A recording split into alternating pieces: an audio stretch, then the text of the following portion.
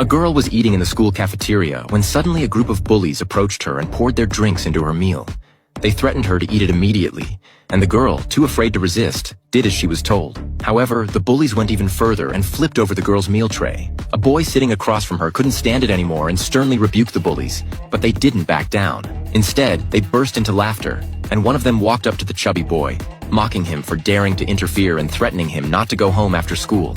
Little did they know that the chubby boy was no longer as weak as he used to be. This story actually began a few days ago. Jack was a big shot in the underworld, owning luxury cars, mansions, and commanding a large number of subordinates.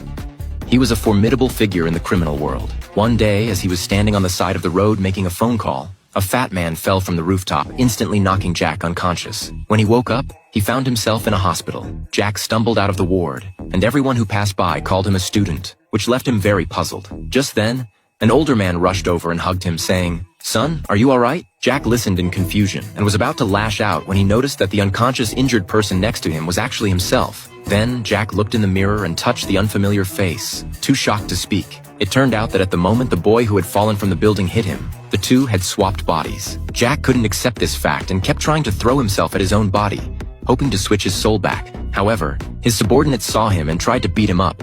But fortunately, the nurse arrived in time to separate the two. Left with no choice, he had to return to his own home.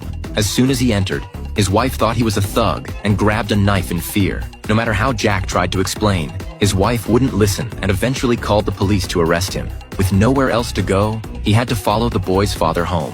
The next day, the boy's father took him to school, and Jack decided to find out the truth behind the boy's fall. As he walked into the classroom, his classmates showed strong dislike towards him. Jack randomly chose a seat, and the boy next to him even flipped him off.